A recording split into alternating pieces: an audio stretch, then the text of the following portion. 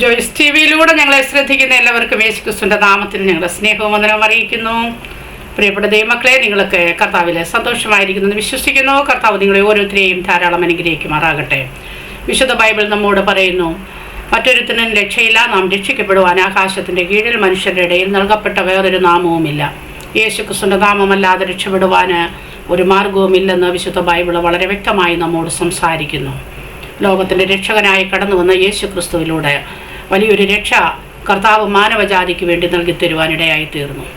ആ ഒരു രക്ഷയുടെ ഭാഗമാകുവാൻ ഇന്ന് നമ്മോടൊപ്പം കടന്നു വന്നിരിക്കുന്ന ദൈവദാസൻ്റെയും നമ്മുടെയൊക്കെ ജീവിതത്തിൽ കർത്താവ് ഇടയാക്കി ദൈവത്തിന് നന്ദി കരയേറ്റുന്നു. ഇന്ന് നമ്മോടൊപ്പം അനുഗ്രഹിക്കപ്പെട്ടതായ ഒരു സാക്ഷ്യവുമായിട്ടാണ് കർത്താവിൻ്റെ ദാസൻ കടന്നു വന്നിരിക്കുന്നത്. കർത്താവ് വിടുവിച്ച വഴികൾ, നടത്തിയ വഴികൾ, വിടുവിച്ച വിധങ്ങൾ ഒക്കെ നിങ്ങളോട് സംസാരിപ്പാനാണ്. അത് നിങ്ങളുടെ ഓരോരുത്തരെയും ജീവിതത്തിലാവും വലിയ അനുഗ്രഹവും വിടുതലുമായി തീരുമെന്ന് കർത്താവിൽ വിശ്വസിക്കുന്നു. ജീവിതത്തിൻ്റെ അനുഭവത്തിലേക്ക് കടന്നു പോകുന്നതിന് മുന്നമേ തന്നെ നമുക്ക് ദൈവസന്നിധിയിൽ ഒന്ന് പ്രാർത്ഥിക്കാം. ഹല്ലേലൂയ, സ്തോത്രം സ്തോത്രം. പരിശുദ്ധ കർത്താവേ, നന്ദി നിറഞ്ഞ ഹൃദയത്തോടെ ഞങ്ങളങ്ങേ വാഴ്ത്തുന്നു, സ്തുതിക്കുന്നു, സ്തോത്രം ചെയ്യുന്നപ്പാ. അങ്ങയുടെ മഹാസാന്നിധ്യവും ദൈവം ഞങ്ങളോട് കൂടെ ഉള്ളതിനാൽ സ്തോത്രം. പരിശുദ്ധാത്മാവ് അങ്ങയുടെ സാന്നിധ്യത്തിനുള്ളിൽ ഞങ്ങളെ ഇരുത്തണമേ കർത്താവേ. പ്രിയ ദൈവദാസൻ്റെ ജീവിതത്തിൽ കർത്താവ് ചെയ്ത നന്മകളും വിടുതലും എല്ലാം സംസാരിപ്പാനുള്ള കൃപ കർത്താവ് കൊടുത്താട്ടെ. കേൾക്കുന്നവർക്ക് അത് ഏറ്റവും അനുഗ്രഹമായി തീരുവാൻ ഇടയാക്കിയാട്ടെ. അങ്ങയുടെ നാമം ഈ സാക്ഷ്യത്തിലൂടെ ഉയർത്തപ്പെടുവാൻ ദൈവം സഹായിച്ചാട്ടെ. യേശു ക്രിസ്തുവിൻ്റെ നാമത്തിൽ തന്നെ ആമേൻ. ഹല്ലേലൂയ, ആമേൻ. Praise Lord. ദേവദാസിനെ ഇപ്പോൾ നമ്മോടൊപ്പം എവിടെ നിന്നാണ് ജോയിൻ ചെയ്തിരിക്കുന്നത്? ഞാനിപ്പം ഓയൂര്, കൊല്ലം ജില്ലയിൽ ഓയൂരിൽ നിന്നാണ്. Okay okay. വീട്ടിൽ ആരൊക്കെയുണ്ട്? എങ്ങനെയാണ് കർത്താവ് ദാസന്റെ ആ ബാക്ക്ഗ്രൗണ്ട് ഒന്ന് നമ്മുടെ പ്രേക്ഷകരുടെ അറിവിന് വേണ്ടി ഒന്ന് പറഞ്ഞിട്ട്. ഞങ്ങള് ഹിന്ദു വിശ്വാസപ്രകാരം ആയിരുന്നു. അതിൽ നിന്ന് യേശുവിനെ അറിയാൻ മുഖാന്തരം ഉണ്ടായി. ഇപ്പോൾ എൻ്റെ വീട്ടിൽ വൈഫുണ്ട്, 2 മക്കളുണ്ട്. 2 പേരും വിവാഹം കഴിച്ചു. 2 പേർക്കും ഓരോ കുഞ്ഞുങ്ങൾ ദൈവം കൊടുത്തിട്ടുണ്ട്.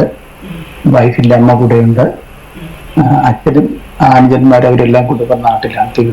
Okay okay. കർത്താവിന് ദാസനെ ദൈവം സഹായിക്കട്ടെ. കർത്താവിനെ കണ്ടുമുട്ടിയ വിധങ്ങളും എല്ലാം ദൈവദാസന് പ്രസ്താവിക്കാനുള്ള സമയം ഇപ്പോൾ ഞാൻ ദൈവദാസന് നൽകി തരികയാണ്. ദൈവദാസന് അത് വിനിയോഗിച്ചാട്ട്. God bless you pastor.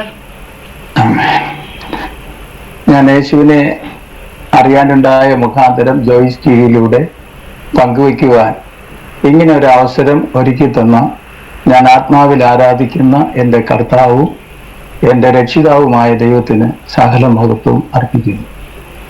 എൻ്റെ സാക്ഷ്യം പറയാൻ അവസരം ഒരുക്കി തന്ന ജോയ്സ് ടി വിയോടുള്ള നന്ദി പറയുന്നു. ഇങ്ങനെ ഒരു അവസരം ലഭിക്കേണ്ടതിന് വഴി കാണിച്ചു തന്ന ശശികല മാമയോടും ഞാൻ നന്ദി പറയുന്നു. എനിക്ക് ക്രൂശിലല്ലാതെ പ്രശംസിക്കാൻ ഇടവരുതേ എന്ന് ഞാൻ പ്രാർത്ഥിക്കുന്നു. ഞങ്ങളുടെ ജീവിതത്തിൽ ഇങ്ങനെ ഒരു ക്രിസ്തീയ അനുഭവത്തിലേക്ക് വരാൻ കഴിയുമെന്ന് യാതൊരു വിധത്തിലും ചിന്തിക്കാനായിട്ടുള്ള ഒരു സാധ്യതയില്ലാത്ത സാഹചര്യത്തിലായിരുന്നു. എൻ്റെ പേര് വിജയകുമാർ എന്നാണ്. എൻ്റെ സ്വന്തം സ്ഥലം തിരുവനന്തപുരമാണ്. ഞാൻ 29 വർഷം കൊണ്ട് കൊല്ലം ജില്ലയിൽ താമസിച്ച് കർത്താവിന്റെ വേല ചെയ്യുന്നു. അപ്പോൾ തന്നെ ഞങ്ങൾ ഹിന്ദു വിശ്വാസപ്രകാരം ജഡമാരിയമ്മ ക്ഷേത്രത്തിൽ, അതുപോലെ ഭദ്രകാളി ക്ഷേത്രം, ഇവിടെ പൂജാ കർമ്മങ്ങളൊക്കെ നടത്തി അതിന് വേണ്ടുന്ന കാര്യങ്ങൾ ക്രമീകരിച്ച് എല്ലാ വർഷവും 7 ദിവസം 14 ദിവസം ഉത്സവം, അതുപോലെ പറയെടുപ്പ്, അങ്ങനെ പൊങ്കാല, മുടിയെഴുന്നള്ളിപ്പ്, അങ്ങനെ തുടങ്ങിയുള്ള വിവിധമായ കാര്യങ്ങളൊക്കെ ചെയ്ത് അതിൻ്റെ പിന്നാലെ വന്ന ഒരു അനുഭവമായിരുന്നു. മാത്രമല്ല, ഞങ്ങളൊരു വലിയ പാറയുണ്ട്. അച്ഛനൊരു കടയുണ്ട്. ആ കടയുടെ പുറകിൽ ഒരു വലിയ പാറയുണ്ട്. ആ പാറയുടെ മുകളിൽ ഒരു വെള്ളലുണ്ട്. അവിടെ ഒരു ചെമ്പകം നട്ടിട്ടുണ്ട്. ഇപ്പോഴും ആ ചെമ്പകമുണ്ട്. ആ ചെമ്പകത്തിന്റെ ചുവട്ടിൽ വെച്ച് മലദേവന്മാരെ പ്രസാദിപ്പിക്കാൻ വേണ്ടി കാണിക്കാരായ ആദിവാസികളെ കൊണ്ടുവന്ന് അച്ഛൻ ആടും കോഴിയൊക്കെ വെട്ടി കർമ്മങ്ങളൊക്കെ നടത്തുന്ന ഒരു പ്രത്യേക അനുഭവം ഉണ്ടായിരുന്നു. എന്നാൽ അങ്ങനെയൊക്കെയുള്ള സാഹചര്യത്തിൽ ഞങ്ങൾ വരുമ്പോൾ ഞങ്ങളുടെ ജീവിതത്തിൽ യാതൊരു സ്വസ്ഥതയോ സമാധാനമോ അനുഭവിക്കാൻ കഴിഞ്ഞിരുന്നില്ല. പലപ്പോഴും പല വിഷയങ്ങളാൽ ഭാരപ്പെടുകയും ഇനി എന്ത് ചെയ്യണം എന്ന് പോലും ചിന്തിച്ച് ആത്മഹത്യയുടെ ഒക്കെ വരെ പോയിട്ടുള്ള സമയങ്ങൾ പലതുണ്ട്. എന്നാൽ അങ്ങനെ ഇരിക്കുന്ന സാഹചര്യത്തിൽ എൻ്റെ ജ്യേഷ്ഠന്മാർ 2 പേര് 4ഉം 6ഉം വയസ്സ് പ്രായമുള്ളപ്പോൾ ഗംഗാധരനും ഭദ്രനും എന്ന് പറയുന്ന 2 പേര് ഒരു ദിവസം മരിക്കാനിടയായി തീർന്നു. അതായത് ഒരാള് രണ്ടുപേരും മുറ്റത്ത് കളിച്ചുകൊണ്ടിരിക്കുകയായിരുന്നു. പെട്ടെന്ന് ഒരു അസ്വസ്ഥതയുണ്ടായി. അദ്ദേഹത്തിനെ ആശുപത്രി കൊണ്ടുപോകാനിടയായി. മരിച്ചു കൊണ്ടുവന്നു. വീട്ടിലിരുന്ന ആളും അന്നേ ദിവസം തന്നെ മരിക്കാനിടയായി. അങ്ങനെ രണ്ടുപേരും ഒരു ദിവസം മരിക്കാനിടയായി. എൻ്റെ ജ്യേഷ്ഠനെ അമ്മ പ്രഗ്നന്റ് ആയിരിക്കുന്ന സമയമാണ്. അങ്ങനെ ഇരിക്കുന്ന സമയത്ത് പലയിടങ്ങളിൽ അച്ഛനും അതിൻ്റെ ആൾക്കാരുമായി പലയിടങ്ങളിൽ പോയി ചോദിച്ചറിയാനിടയായി തീർന്നു. എന്തുകൊണ്ടാണ് ഇങ്ങനെയൊക്കെ സംഭവിക്കുന്നത് എന്ന് ചോദിച്ചപ്പോൾ അവിടുന്ന് പ്രശ്നാരി പറഞ്ഞത്, നിങ്ങൾ കൊടുത്തുകൊണ്ടാടി വരുന്ന ദേവന്മാർ പ്രസാദിക്കുന്നില്ല, നിങ്ങൾ അതിനെ പ്രസാദിപ്പിക്കണം. അതിനെ പ്രസാദിപ്പിക്കേണ്ടതിന് ഗണപതി ഹോമം നടത്തണം, 101 ചട്ടിയിൽ പൊങ്കാല വാഴണം. ഇങ്ങനെ ഓരോ കുറി എഴുതി തരുമായിരുന്നു. ആ കാലഘട്ടത്തിൽ ഈ കുറി അനുസരിച്ച് നല്ല സാമ്പത്തിക ചെലവുള്ള കാര്യങ്ങളാണ്. എന്നാൽ ഇതൊക്കെ ചെയ്തുകൊണ്ടിരുന്നിട്ടും ഞങ്ങളുടെ ജീവിതത്തിൽ യാതൊരു മാറ്റവും ഉണ്ടായില്ല. മുൻപിലത്തേനേക്കാൾ സ്ഥിതി പിന്നത്തത് വല്ലാത്ത ഒരു സാഹചര്യത്തിലാണ് ഞങ്ങൾ പൊയ്ക്കൊണ്ടിരുന്നത്. അങ്ങനെ ഇരിക്കെ അച്ഛൻ ഒരു കട നടത്തിക്കൊണ്ടിരിക്കുമായിരുന്നു. അച്ഛന് പെട്ടെന്ന് ആസ്മയുടെ രോഗം ബാധിച്ചു. ഈ ആസ്മയുടെ രോഗം ബാധിച്ചിട്ട് അച്ഛനെ തിരുവനന്തപുരം മെഡിക്കൽ കോളേജിലേക്ക് കൊണ്ടുപോവുകയും അവിടുത്തെ ട്രീറ്റ്മെന്റും കാര്യങ്ങളൊക്കെ ആയിട്ട് മുമ്പോട്ട് നീങ്ങി. എന്നാൽ അവിടെ കൊണ്ട് ഭേദം വരാൻ കഴിയാതെ അച്ഛൻ വീട്ടിലേക്ക് കൊണ്ടുവരികയും പിന്നെ അച്ഛന് മദ്യപാനം തുടങ്ങി. മദ്യപിച്ച് പലപ്പോഴും വീട്ടിൽ പ്രശ്നങ്ങൾ ഉണ്ടാകുകയും ചട്ടിയും കലവൊക്കെ തട്ടിപ്പൊട്ടിക്കുകയും പാത്രങ്ങൾ ചോറൊക്കെ ഇട്ട് മുറ്റത്തേക്ക് എറിയും. അങ്ങനെ വീട്ടിനകത്ത് പിന്നെ വല്ലാത്തൊരു പ്രശ്നത്തിലേക്ക് മാറി. എന്നാൽ ഈ പഴയ വീടുകളിൽ കട്ടളയുടെ മുകളിൽ ഒരു ഗ്രില്ല് കൂടെ ഉണ്ടാകും. എന്നാൽ ഈ ഗ്രില്ലിൽ അച്ഛൻ 2 കൈകളും വിരലുകൾ കോർത്ത് പിടിച്ച് തള്ളവിരൽ നിലത്ത് കുത്തി മണിക്കൂറോളം നിൽക്കുമായിരുന്നു. അങ്ങനെ നിൽക്കുമ്പോൾ ഒരു ആശ്വാസം ഉണ്ടാകും. അങ്ങനെയൊക്കെ നിന്നിട്ടുണ്ട്. ഒടുവിൽ മദ്യപാനം കൊണ്ടും ജീവിതത്തിൽ പ്രശ്നങ്ങൾക്ക് പരിഹാരം വരാൻ കഴിയാത്ത അച്ഛൻ പല പ്രാവശ്യം ആത്മഹത്യ ചെയ്യാനായിട്ട് ശ്രമിച്ചിട്ടുണ്ട്. അങ്ങനെ വീട്ടിനകത്ത് പല പ്രശ്നങ്ങളും അമ്മയെ ഉപദ്രവിക്കുകയും ഞങ്ങളെയൊക്കെ കൈയും കാലും ഒക്കെ കെട്ടിയിട്ട് അടിച്ചിട്ടുണ്ട്. അങ്ങനെയൊക്കെ വളരെ വല്ലാത്തൊരു സാഹചര്യത്തിൽ മുമ്പോട്ട് നീങ്ങാനിടയായി. ഇങ്ങനെയൊക്കെ ഇരിക്കുന്ന സാഹചര്യത്തിൽ ഞങ്ങൾ 5 മക്കള് ജനിച്ചവര്. എൻ്റെ ജ്യേഷ്ഠൻ ഒരാളുണ്ട്, അദ്ദേഹത്തിന്റെ പേര് യേശുദാസൻ എന്നാണ്. അദ്ദേഹത്തിന് 3 മക്കൾ ഉണ്ട്. അവരെല്ലാവരും കുടുംബസ്ഥരാണ്. അവസരം കിട്ടുമ്പോഴൊക്കെ അദ്ദേഹം ഇപ്പോൾ പരസ്യങ്ങളൊക്കെ നടത്താറുണ്ട്. ഞാൻ 2ാമത്തെ ആളാണ്. ഞങ്ങൾ അങ്ങനെ 5 മക്കളുണ്ട്. ഞങ്ങളിപ്പോൾ 4 പേരും ആണുങ്ങളാണ്. ഇതിനിടയ്ക്ക് 4ാമത്തെ ഒരു പെണ്ണുണ്ടായിരുന്നു. അവൾക്ക് 3 വയസ്സിൽ ഹാർട്ട് സംബന്ധമായിട്ട് രോഗമുണ്ടായി. ഈ ഹാർട്ട് സംബന്ധമായ രോഗമുണ്ടായിട്ട് 13 വയസ്സ് വരെ അവൾ ജീവിച്ചിരുന്നു. അപ്പൊ ഞങ്ങൾക്ക് 3-4 ഏക്കർ വസ്തുവും കറവുമാടും അതുപോലെ സ്ഥാപനമൊക്കെ ഉണ്ടായിരുന്നു. അച്ഛന് സ്ഥാപനം നോക്കാൻ പറ്റാതെ സ്ഥാപനം അങ്ങ് വിറ്റു. പിന്നെ അത് കഴിഞ്ഞ് ഈ വീട്ടിലെ കാര്യങ്ങളൊക്കെ നോക്കി വരവേ പെങ്ങളുടെ ട്രീറ്റ്മെന്റിനായിട്ട് അച്ഛൻ ഈ വസ്തുക്കളെ കുറച്ച് വിൽക്കാൻ തുടങ്ങി. അങ്ങനെ തിരുവനന്തപുരം ശ്രീചിത്ര തിരുനാൾ ഹോസ്പിറ്റലിൽ അവരുടെ ട്രീറ്റ്മെന്റ് കാര്യങ്ങളൊക്കെ നടന്നുകൊണ്ടിരുന്നു. വസ്തുക്കൾ വിറ്റ് അവസാനം 13ാമത്തെ വയസ്സിൽ പെങ്ങൾ മരിക്കാനിടയായി. ആ സമയത്ത് ഞങ്ങൾക്ക് ഉണ്ടായിരുന്ന മുഴുവൻ സ്വത്തുക്കളും ഞങ്ങൾക്കുള്ള മുതൽ മൊത്തം തീർന്ന അവസാനം ഒരു പുല്ല് മേഞ്ഞ ചെറിയ ഒരു കുടിൽ മാത്രം ഞങ്ങൾക്ക് ശേഷിച്ചു. അങ്ങനെയുള്ള ഒരു സാഹചര്യത്തിൽ മുൻപോട്ട് വരാനിടയായി. ജീവിതത്തിൽ യാതൊരു സമാധാനമില്ലാത്ത ഒരു അനുഭവത്തിലായിരുന്നു. അങ്ങനെ ഇരിക്കെ ഞങ്ങളുടെ വീടിന്റെ ഏകദേശം 1 കിലോമീറ്റർ അകലെ ഒരു 60 വയസ്സോളം പ്രായം വരുന്ന ഒരു ചേട്ടൻ ഉണ്ടായിരുന്നു. അദ്ദേഹത്തിന് ശരീരം മൊത്തം പൊട്ടിയൊഴുകുന്ന ഒരു രോഗം ഉണ്ടായിരുന്നു. എന്നാൽ അദ്ദേഹത്തിന് മെഡിക്കൽ കോളേജിലെ ട്രീറ്റ്മെന്റ് കഴിഞ്ഞിട്ട് യാതൊരു ഭേദവും ഇല്ലാതെ അദ്ദേഹത്തിന് വീട്ടിലേക്ക് വിട്ടു. വീട്ടിൽ കൊണ്ടുപോയി നോക്കാൻ പറഞ്ഞു. അങ്ങനെ വീട്ടിൽ കൊണ്ടുവന്ന് വാഴയില വെട്ടി അതിന്റെ മേൽ ഈ വേപ്പല വിരിച്ച് അതിൽ കിടത്തിക്കുമായിരുന്നു. അപ്പൊ അവരുടെ ആൾക്കാർ പോയി ഒരു പാസ്റ്ററിനെ, സത്യൻ എന്ന് പറയുന്ന ഒരു പാസ്റ്ററിനെ 3-4 കിലോമീറ്റർ അകലെ പോയി വിളിച്ചുകൊണ്ടുവന്ന് അദ്ദേഹത്തിന് വേണ്ടി പ്രാർത്ഥിക്കുകയും അദ്ദേഹത്തോട് സുവിശേഷം പറയുകയൊക്കെ ചെയ്യാനിടയായി തീർന്നു. അദ്ദേഹം പ്രാർത്ഥിച്ച് കടന്നുപോയി. ഒരാഴ്ചക്കുള്ളിൽ തന്നെ ഇദ്ദേഹത്തിന് നല്ല വസ്ത്രം ധരിക്കാൻ കഴിയുന്ന ആ നിലയിൽ ദൈവം സൗഖ്യം കൊടുക്കാനിടയായി. അപ്പോൾ അതിനെ തുടർന്നപ്പോൾ എൻ്റെ അച്ഛനൊരു ആഗ്രഹം ഉണ്ടായി, ഈ പാസ്റ്ററിനെ കൊണ്ടുവന്ന് പ്രാർത്ഥിച്ചാൽ നല്ലതാണെന്ന് പറഞ്ഞ് അച്ഛൻ ഈ പാസ്റ്ററിനെ കൊണ്ടുവരാനിടയായി. ഈ പാസ്റ്ററിനെ കൂട്ടിക്കൊണ്ടുവന്ന് അദ്ദേഹം യേശുവിനെ കുറിച്ച് ഞങ്ങളോട് പറഞ്ഞു. യേശു ആരാണ്? യേശു എന്തിനാണ് ലോകത്തിൽ വന്നത്? നമ്മൾ ഇപ്പോൾ ആയിരിക്കുന്ന മേഖലയിൽ നമ്മൾ വിശ്വസിക്കുന്നവരാരാണ്? 30 കോടി ദേവന്മാരും കോടിക്കണക്കിന് അസരങ്ങളും 10 അവതാര പുരുഷന്മാരും ലക്ഷോപലക്ഷം ഭൂതാത്മാക്കളോടുമാണ് നമ്മൾ പ്രാർത്ഥിക്കുന്നത്. അവരെല്ലാം ദേവന്മാരാണ്, ദൈവമല്ല. ദൈവം എന്ന് പറഞ്ഞാൽ സൃഷ്ടിതാവാണ്. ദൈവത്തിന്റെ പ്രത്യേകതകൾ എന്താണ്? യേശുവും ദൈവവുമായിട്ടുള്ള ബന്ധം എന്താണ്? യേശു ആരാണ്? ഇതെല്ലാ കാര്യങ്ങളും ഞങ്ങളോട് പറയാൻ തക്കുന്നവിടെയാണ്. അങ്ങനെ ഞങ്ങൾക്ക് വേണ്ടി അദ്ദേഹം ആത്മാർത്ഥമായി പ്രാർത്ഥിക്കാനിടയായി. പ്രാർത്ഥിച്ചുകൊണ്ടിരിക്കുമ്പോൾ എൻ്റെ അമ്മയുടെ ശരീരത്തിൽ ഈ പൈശാചിക ശക്തികൾ വെളിപ്പെടാനിടയായി. അവർ പറഞ്ഞു, രണ്ട് കൈയും കുപ്പിട്ട് പറഞ്ഞു, ഞങ്ങളാണ് ഈ കുടുംബത്തിൽ ഇങ്ങനെയൊക്കെ ചെയ്തുകൊണ്ടിരുന്നത്, ഞങ്ങളെ ഉപദ്രവിക്കരുതേ, ഞങ്ങളെ പറഞ്ഞു വിട്ടാൽ ഞങ്ങളങ്ങ് പൊക്കോളാന്ന് പറഞ്ഞു. അങ്ങനെ ആ പാസ് പറഞ്ഞു, ഇനി മേലിൽ ഇവരുടെ കോമ്പൗണ്ടിലോ ഇവരുടെ മേലോ നിങ്ങൾക്ക് വരാൻ അനുവാദമില്ല, ഇവരെ വിട്ടുപൊക്കോളാൻ പറഞ്ഞു.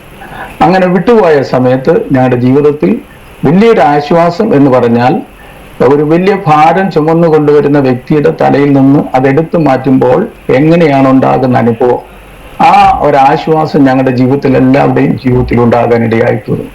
അതിനെ തുടർന്നാണ് അച്ഛനും അമ്മയും എല്ലാവരും ഈ വിശ്വാസത്തിലേക്ക് ആദ്യമായി വരാൻ തുടങ്ങി. പക്ഷെ അവരൊക്കെ വിശ്വാസത്തിലേക്ക് വന്നെങ്കിലും പ്രാർത്ഥനയ്ക്ക് പോകുന്നെങ്കിലും ഞങ്ങൾ ഇതിനൊന്നിനും താല്പര്യമില്ലായിരുന്നു. കാരണം ഞങ്ങൾ ലോകപരമായിട്ട് എൻ്റെ ഏരിയയിൽ ഒരു 20-ഓളം ചെറുപ്പക്കാര്, എൻ്റെ പ്രായത്തിൽ 1 വയസ്സ് പ്രായമുള്ളവരും 1 വയസ്സിന് താഴെ പ്രായമുള്ളവരും എൻ്റെ പ്രായമുള്ളവരും ഒരു 20ഓളം ചെറുപ്പക്കാർ ഞങ്ങളുടെ ഏരിയയിലുണ്ട്. ഞങ്ങൾ ഒരു സമയമാകുമ്പോൾ അങ്ങിറങ്ങിക്കഴിഞ്ഞാൽ പിന്നെ നാടും വീടും ഇളക്കി, നാട്ടുകാർക്ക് പ്രശ്നമുണ്ടായി, കേസും വഴക്കും ഉണ്ടാക്കി, അടിയും പ്രശ്നങ്ങളും ഇല്ലാത്ത പ്രശ്നങ്ങൾ മുഴുവൻ ഉണ്ടാക്കിയിട്ടാണ് ഞങ്ങൾ തിരിച്ചു കയറി വീട്ടിൽ വരുന്നത്. വീട്ടിൽ ഉറങ്ങാൻ പറ്റത്തില്ല പലപ്പോഴും. ആ സാഹചര്യം സമയം പോലീസ് വരാൻ പിടിക്കാൻ സാധ്യതകളുണ്ട്. അങ്ങനെയുള്ള ഒരു സാഹചര്യത്തിലാണ് ഞാൻ മുൻപോട്ട് നീങ്ങിയത്. കാരണം ഞങ്ങളുടെ സഹോദരങ്ങൾ പോലും മുഖത്തോട് മുഖം നോക്കിയാൽ എപ്പോഴും അടിയാണ്, വീട്ടിൽ തല്ലാണ്. ഒരിക്കൽ ഞാനും എൻ്റെ ജ്യേഷ്ഠനും കൂടെ തമ്മിൽ ഭയങ്കരമായ ഒരു തല്ലുണ്ടായി. അന്ന് എനിക്ക് ഇവിടെ ഇത്രയും ഈ താടിക്ക് കീഴെ ഇത്രയും ഭാഗങ്ങൾ പൊട്ടിക്കീറി, അടികൊണ്ട് പൊട്ടിക്കീറി, അങ്ങനെ ഒരു സാഹചര്യം എനിക്കുണ്ടായി. അപ്പോൾ ഞങ്ങൾ ഈ പോകുന്നെന്ന് പറഞ്ഞു കഴിഞ്ഞാൽ ഞങ്ങൾ ചെന്ന് ഫോറസ്റ്റ് ഏരിയയിൽ, അഥവാ ഫോറസ്റ്റിയൽ ഏരിയ, അതായത് നെയ്യാർ ഡാമിനോട് ചേർന്ന ഭാഗമാണ്, ഓപ്പൺ ജയിലുണ്ട്. അപ്പൊ അവിടെ ഒക്കെ ഉണങ്ങി നിൽക്കുന്ന മരങ്ങൾ മുറിച്ചു കൊണ്ടുവന്ന് മദ്യം ഉണ്ടാക്കുന്നവർക്ക് വിൽക്കുക. അപ്പോൾ അവർക്ക് കൊടുത്തു കഴിഞ്ഞാൽ അവർ കുറച്ച് പൈസ തരും. കാരണം ഞങ്ങൾക്ക് യാതൊരു സാഹചര്യങ്ങളിൽ ജീവിക്കാനുള്ള മാർഗമില്ല. ഒന്ന് പ്ലാവിന്റെ ചുവട്ടിൽ നിന്ന് ചക്കയരിയും, ആഞ്ഞിലിന്റെ ചുവട്ടിൽ നിന്ന് ആഞ്ഞിലിൻ കുരുവും അതൊക്കെ പറിച്ചു പറക്കി വേവിച്ചും ചുട്ടുമൊക്കെ തിന്നുകൊണ്ട് നടക്കുന്ന ഒരു കാലമായിരുന്നു. മാത്രമല്ല ഓപ്പൺ ജയിലിന്റെ ഭാഗങ്ങളിൽ പ്ലാവുണ്ട്. ഈ പ്ലാവിൽ നിന്നൊക്കെ ചക്ക പഴുത്തിരിക്കും. അവർ കാണാതെ പോയി നടത്തു കൊണ്ടുവന്ന് ഞങ്ങൾ കൂട്ടുകാർ ചേർന്ന് ഞങ്ങൾ കഴിക്കുമായിരുന്നു.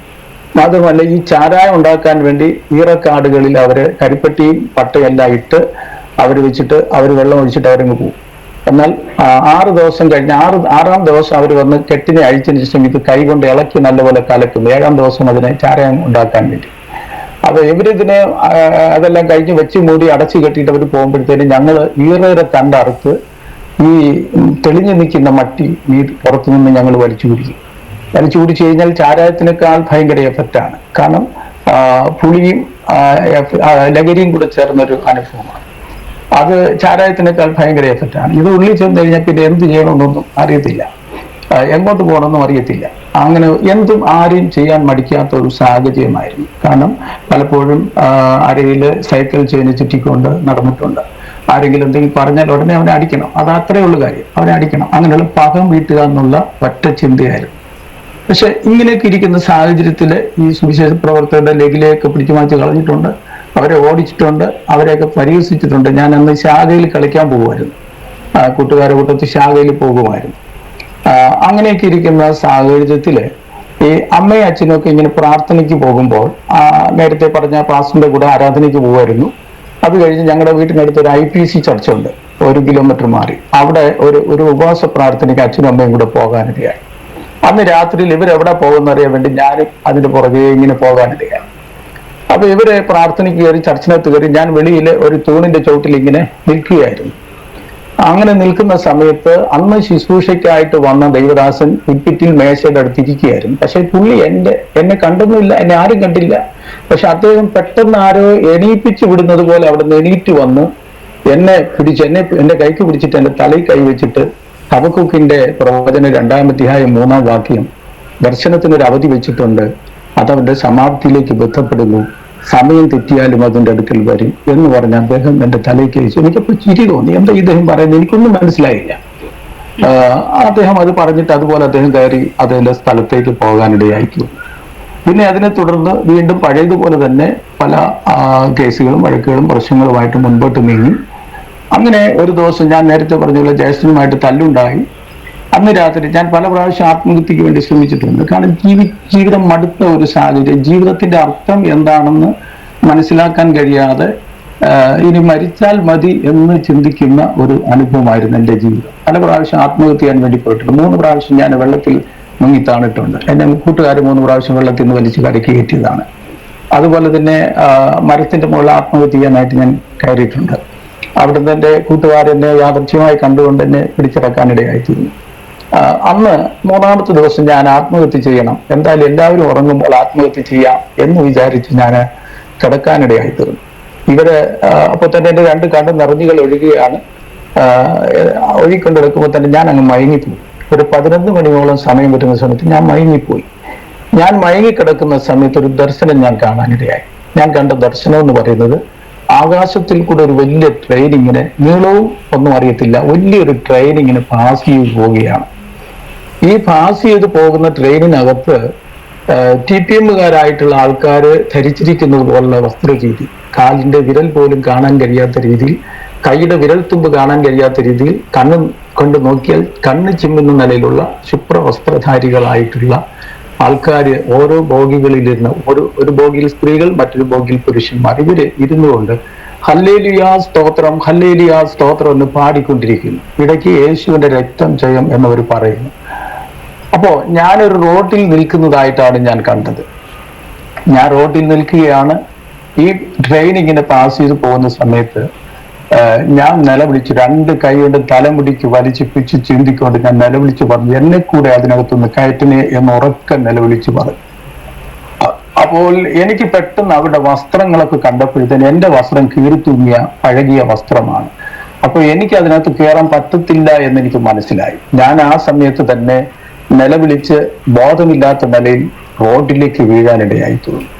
സെക്കൻഡ് കഴിഞ്ഞ് ഞാൻ കണ്ണു തുറന്നപ്പോൾ ഞാൻ കണ്ടത് ദർശനമാണെന്ന് മനസ്സിലായി.